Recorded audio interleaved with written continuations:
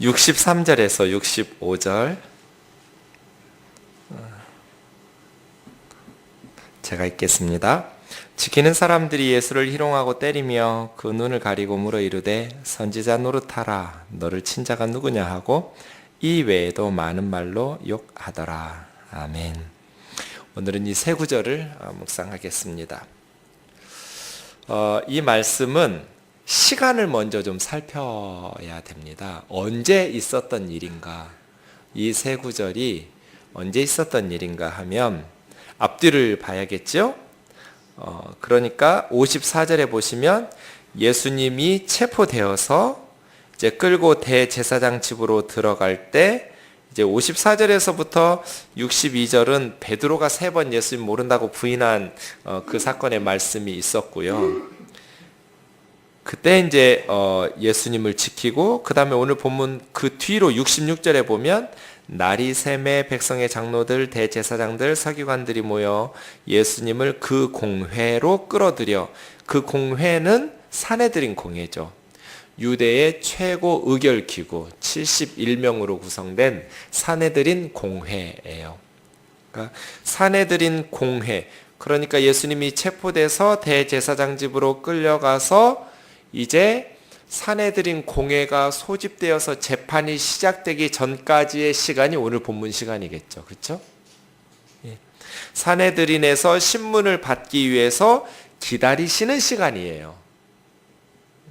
그 기다림의 시간에 있었던 일이 오늘 세 구절인데요. 지키는 사람들이 그랬습니다. 이 지킨다라고 번역된 말은 에워싸다, 가두다, 그러니까 수비대 군병들이 예수님을 포위하고 지키고 있었는데요. 예수를 희롱하고 때렸다 그랬습니다. 네.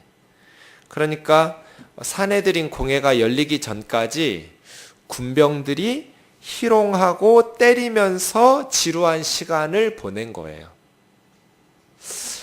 무엇인가 중요한 그리고 아주 큰 일이 일어나기 전에 기다리는 그 막간의 시간들이 있잖아요.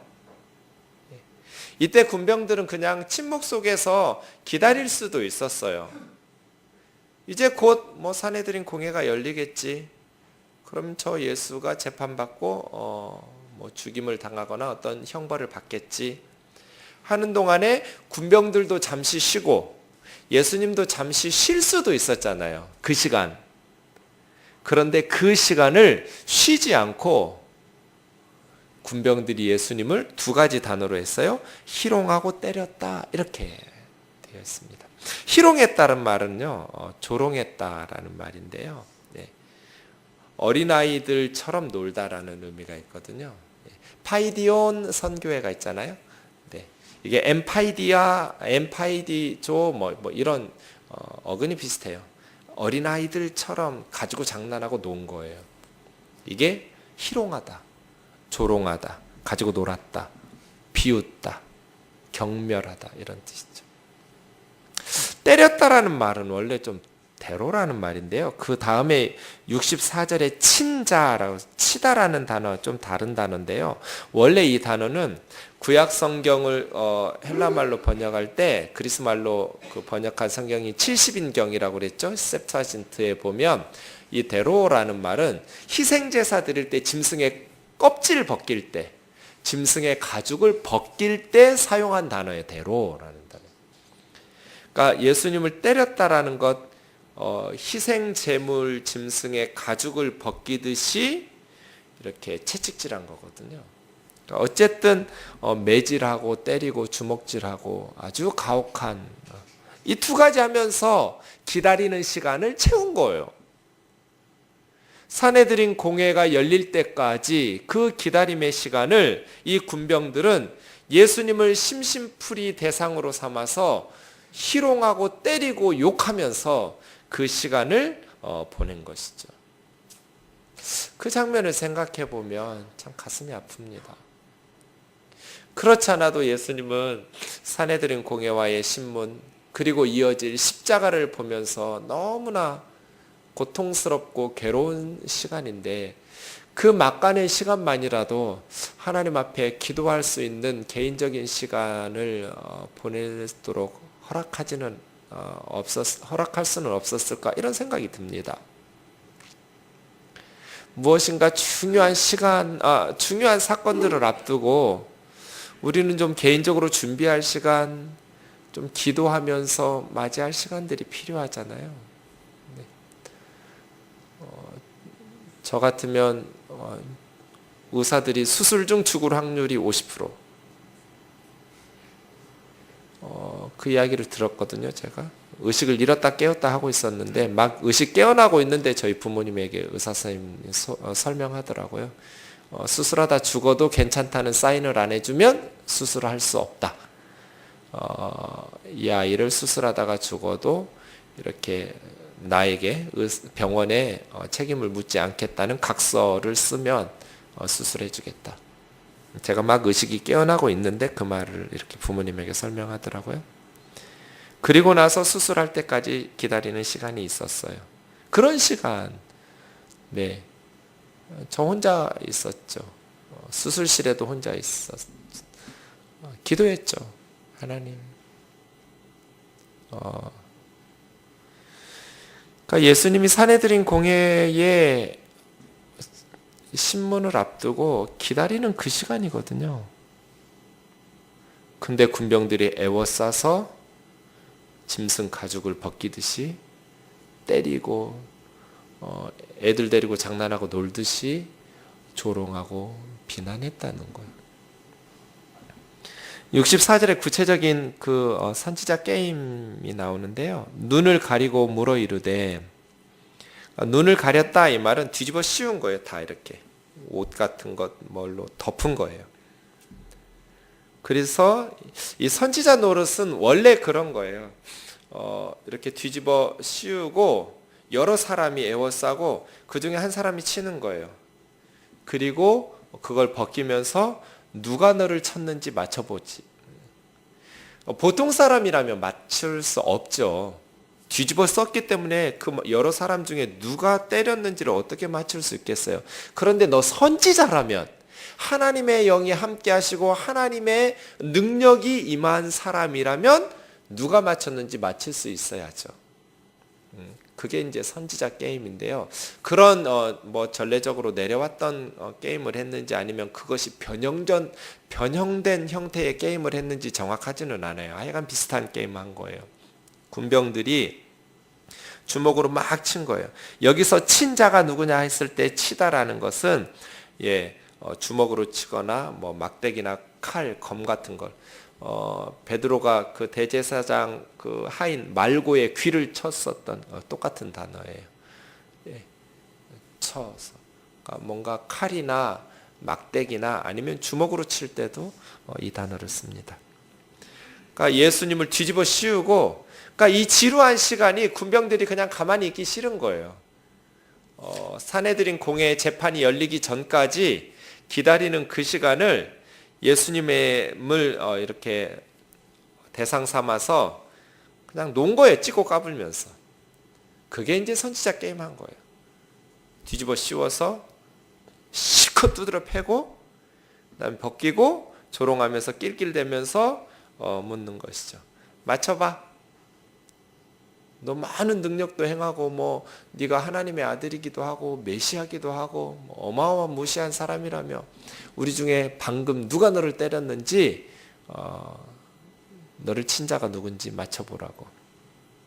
선지자 노릇하라고 이렇게 조롱하면서 못된 짓을 하고 있었던 것이죠. 65절이요. 이 외에도 많은 말로 욕하더라 그랬어요. 많은 말로 욕한다라는 단어를 좀 특이한 단어를 썼어요. 욕한다고 번역한 이 단어는 원래요. 신성모독이에요. 블레스피미 하는 그 단어예요. 하나님을 모독할 때 말로 신성모독. 역설적이죠. 예수님을 왜 죽인다고 그래요? 감히 인간이 예수가 하나님의 아들이라고 하나님을 욕되게 했던 신성 모독 때문에 십자가로 몰고 가서 예수님 죽이는 거거든요. 그런데 이 군병들이 많은 욕을 하는 것이 지금 누가의 관점에서 보면 그게 신성모독인 거예요. 왜요?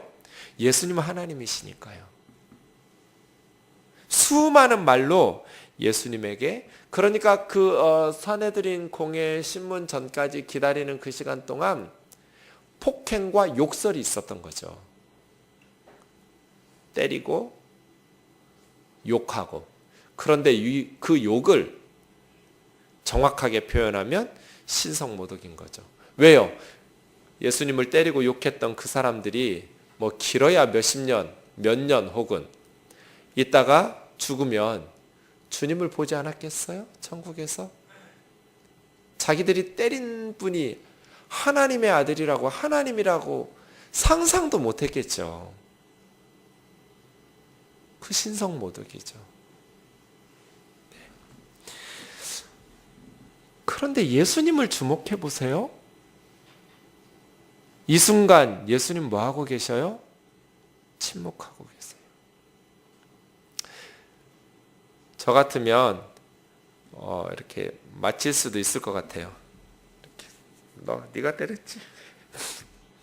또 막 때리고 이렇게 딱 해서 누가 쳤어? 선지자 노릇해봐라. 우리 중에 너희를 친 자가 누구냐? 너.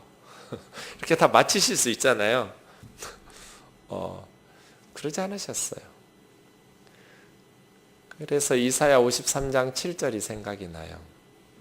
그가 곤욕을 당하여 괴로울 때에도 그 입을 열지 아니하였으며 마치 도살장으로 끌려가는 어린 양과 털 깎는 자 앞에서 잠잠한 어린 양 같았다.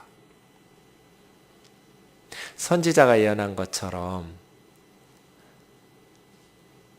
도살장에 끌려가는 어린 양처럼, 털 깎는 자 앞에 잠잠했던 어린 양처럼 예수님은 침묵하시면서 그 조롱과 폭행을 다 감당하신 것이죠. 왜요? 그래야 우리의 구원이 이루어져요. 그래서요.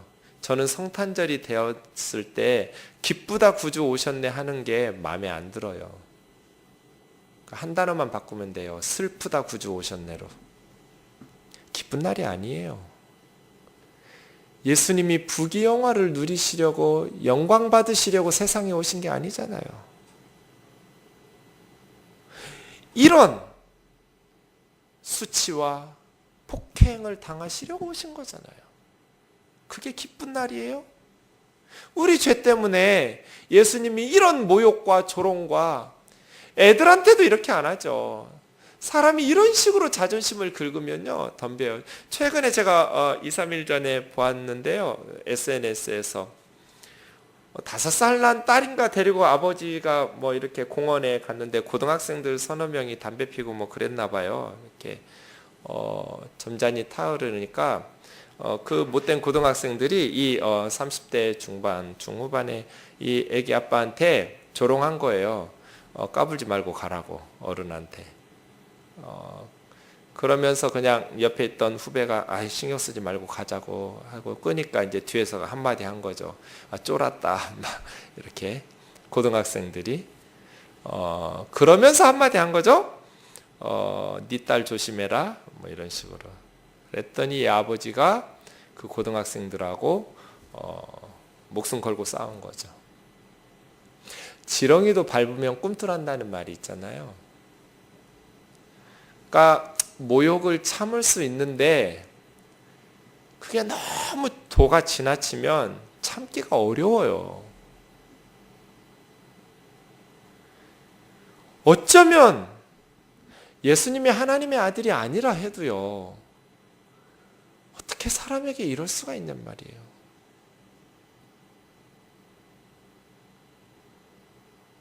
벌레 취급하는 거예요.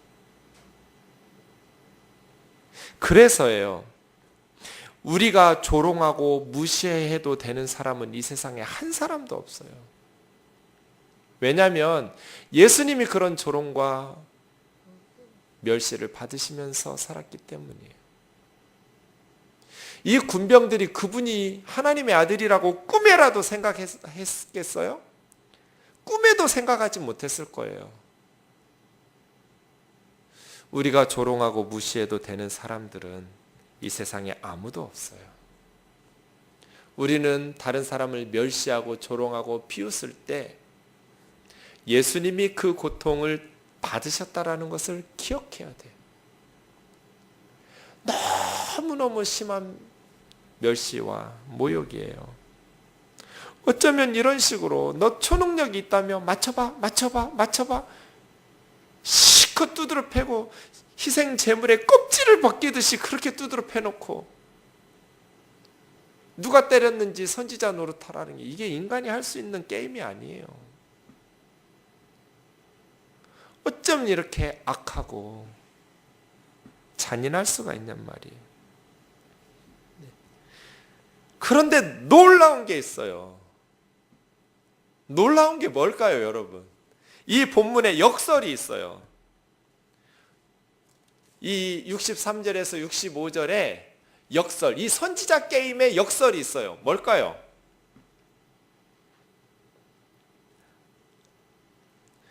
여러분 눈에는 안 보이세요? 제 눈에는 보이는데. 54절에서 62절과 63절에서 65절이 제 생각에는 동시간대에 일어난 일이에요. 지금 동시에 쓸 수는 없잖아요. 지금 위에서는 예수님이 사내들인 공회의 신문을 기다리면서 이렇게 조롱을 받고 계셔요. 선지자 게임 당하고 계신 거예요. 그때 밑에에서는 지금 베드로가 불 쬐면서 예수님 모른다고 3번 부인하고 있는 거예요. 이거 동시사건이에요, 거의. 그러면 어떤 역설이 일어나요? 지금 위에서 군병들은 예수님을 조롱하고 무시하면서 초능력을 보여봐라, 선지자 노릇하라고 선지자 게임하고 있어요. 예수님을 두드러 패고 욕하고 폭행하면서 우리 중에 누가 너를 때렸는지 선지자, 네가 하나님의 종 아니냐? 하나님의 영이 너와 함께하지 않느냐? 하나님의 능력이 너와 함께하지 않느냐? 맞춰봐라, 선지자 노릇해봐라. 지금 못하니까 이렇게 멸시하면서 조롱하면서 욕하면서 하고 있는데, 사실은 지금 베드로 코너에 있어서는 예수님이 뭐 하고 계신 거예요? 정확하게 선지자 노릇하신 거예요. 너 오늘 밤 닭 울기 전에 나를 3번이나 모른다고 부인할 거다. 예수님이 선지자처럼 미리 예언했잖아요. 그게 지금 그대로 예수님이 선지자처럼 선포한 말씀 그대로 예수님의 예언이 베드로에게서 이루어지고 있잖아요. 그렇죠? 이게 역설이에요. 그러니까 63절에서 65절은 54절에서 62절까지 두 사건을 동시에 옆에 놓고 봐야 돼요. 선지자 노릇하라고 조롱하고 있었을 때 예수님은 베드로에게 선지자처럼 닭 울기 전에 3번 모른다고 부인할 것을 예언하신 거예요. 지금 이 사람들이 선지자 게임하고 있는 정확한 그 요구가 베드로에게서 성취되고 있는 시점이에요. 참 역설적이죠, 그렇죠? 군병들은 예수님을 조롱하고 대제사장의 부하들, 또 서기관들, 유대 종교 지도자들은 예수님을 다그치면서 선지자 노릇하라고, 우리로 믿을 수 있는 증거를 달라고. 십자가에서도 오늘 내용이 똑같이 나와요. 똑같은 단어들이 반복돼요. 23장에서도 십자가에서 내려와 보라고. 그럼 우리가 믿을 수 있겠노라고. 네가 선지자처럼 누가 너를 때렸는지 능력을 보이고 맞춰보면 우리가 너를 믿어주마. 그런데 지금 뜰 가운데에서 불을 피우고 함께 앉아있는 베드로에게 예수님은 지금 하나님의 능력을 보이면서, 타이밍도 중요하다고 그랬죠? 닭이 좀 빨리 울거나 늦게 울으면 안 돼요? 베드로가 2번밖에 부인 안 했는데 닭이 울으면 돼요, 안 돼요? 안 돼요. 딱 3번 부인할 때 닭이 타이밍이 중요하다니까요. 울어야 돼요. 그런데 예수님 말씀하신 그대로 닭 울기 전에 너는 나를 3번 모른다고 부인할 거다. 이게 지금 선지자 게임이에요, 사실은. 그래서예요. 그래서 지금도 세상 사람들은 예수가 하나님의 아들이신지 하나님이 살아계신지 정말 그가 인류의 메시아요 구원자인지 보여봐라 보여봐라 보여봐라 선지자 게임하고 있어요. 예수님이 그렇게 많은 기적을 보여주시고 예수님이 날마다 성전에서 말씀을 가르치시고 오병이어의 기적을 보여주시고 수많은 사람들의 질병을 고쳐주시고 수많은 귀신들을 쫓아내시면서 건강하게 하시고 그 무수한 많은 기적을 일으키셨음에도 불구하고 그 3년간의 공생의 사역에 수없이 많은 기적들을 다 무시하고 두드러 패고 조롱하고 폭행하고 멸시하면서 예수님의 기적은 그거는 바알세불의 힘을 빌어서 기적을 베푸신 거야. 그건 사탄의 능력이지 하나님의 능력이 아니야. 믿을 수 있는 모든 요소들을 다 제거하면서 선지자 노릇하라고 요구하고 선지자 게임을 하는 이 악한 사람들의 눈에 예수님은 가리워져 있어요. 그러나 그 순간에도 예수님은 지금 베드로를 통해서 선지자 노릇하고 계신 거예요. 사랑하는 형제 자매 여러분, 참된 믿음 가운데 주님 앞에 나아가서 우리의 영안이 활짝 열려서 구주 예수 그리스도를 바라보기를 주의 이름으로 축원합니다. 이 세상 사람들에게 복음이 가리웠다면 이 세상의 신이 사탄이 그들의 눈을 떠서 예수 그리스도의 진리를 보지 못하게 가로막고 있기 때문이다. 이 복음은 너무나 분명한 믿지 않는 것이 오히려 기적과도 같은 사건, 역사적 사건인데 그 무수한 예수님의 기적과 예수님의 말씀들을 다 귀막고 눈 닫아놓고 지속적으로 선지자 노릇하라고 예수님을 때리고 조롱하고 욕하고 폭행하는 이 유대인들 말이에요. 이러한 동일한 어리석음과 교만이 이제는 멈춰야 될 때가 되었습니다. 이 땅의 사람들에게 성령을 폭포수와 같이 부어주셔서 예수님의 계시, 예수님의 선지자의 그 놀라운 사역이 베드로를 통해서 나타나고 드러나고 증거되고 있다는 것들을 보고 듣고 믿을 수 있는, 그래서 구원받는 이 땅의 사람들 되도록 기도해야 될 사명이 저와 여러분에게 있다고 믿습니다. 우리 같이 기도합시다.